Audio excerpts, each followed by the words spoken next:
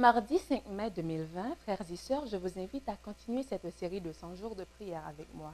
Heureusement, contrairement à ceux qui ont déjà passé de la vie à trépas, Dieu nous accorde la grâce de rester en vie. Et aujourd'hui, heureusement, nous sommes au jour 40 des 100 jours de prière. Le titre de la méditation pour aujourd'hui, c'est « Croire sans voir ». Et Jésus l'a dit dans le livre de Jean, chapitre 20, verset 29. Parce que tu m'as vu, c'est ce qu'il a dit à Thomas, parce que tu m'as vu, tu as cru. Heureux ceux qui n'ont pas vu et qui ont cru. La foi prend Dieu au mot, avec aucun sentiment. Et nous le savons, frères et sœurs. Dans la Bible, il est dit que la foi est une ferme assurance des choses que l'on espère et une démonstration de celles qu'on ne voit pas. Vous êtes-vous déjà demandé ceci? Comment se fait-il que lorsque des humains, que lorsque nos prochains nous disent quelque chose, nous croyons et lorsque c'est la parole de Dieu, il nous vient à douter?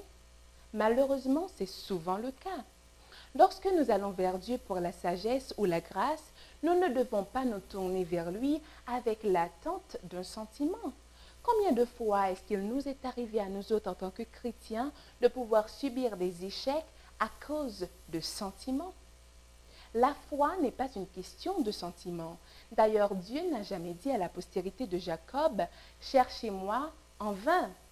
En fait, si nous marchons dans la lumière, nous pouvons arriver au trône de la grâce avec une sainte hardiesse. Bien que nous soyons faibles, indignes et égarés, l'Esprit vient toujours à nous dans nos infirmités.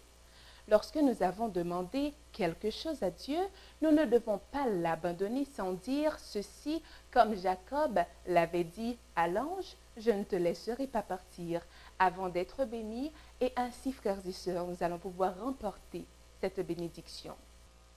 Question à méditer pour aujourd'hui, frères et sœurs.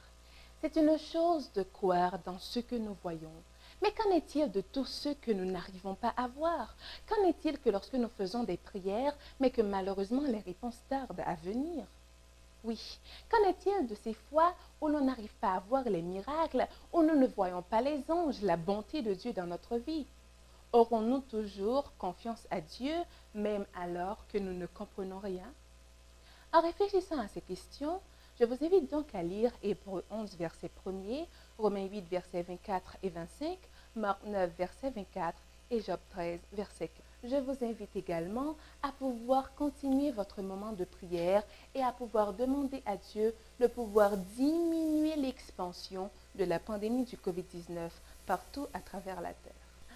Prions, frères et sœurs, prions pour que les nations et les économies s'ouvrent sans qu'il y ait risque de pandémie partout à travers la terre. Je vous invite également à prier pour les Chinois avec une population de 1,4 million. Je vous invite également à prier pour que ces Chinois soient plus réceptifs à la parole de Dieu et à la propagation de l'Évangile. Prions pour le ministère chinois à Cebu, dans toutes les Philippines et l'Indonésie, pour la protection contre le coronavirus et pour que les Chinois aient beaucoup plus d'intérêt à partager les vérités bibliques. Prions pour que nous utilisions le temps supplémentaire que nous avons à la maison pour étudier en profondeur la Bible et enseigner à nos enfants comment étudier la parole de Dieu. Prions le Seigneur, frères et sœurs. Continuons à prier le Seigneur chaque jour.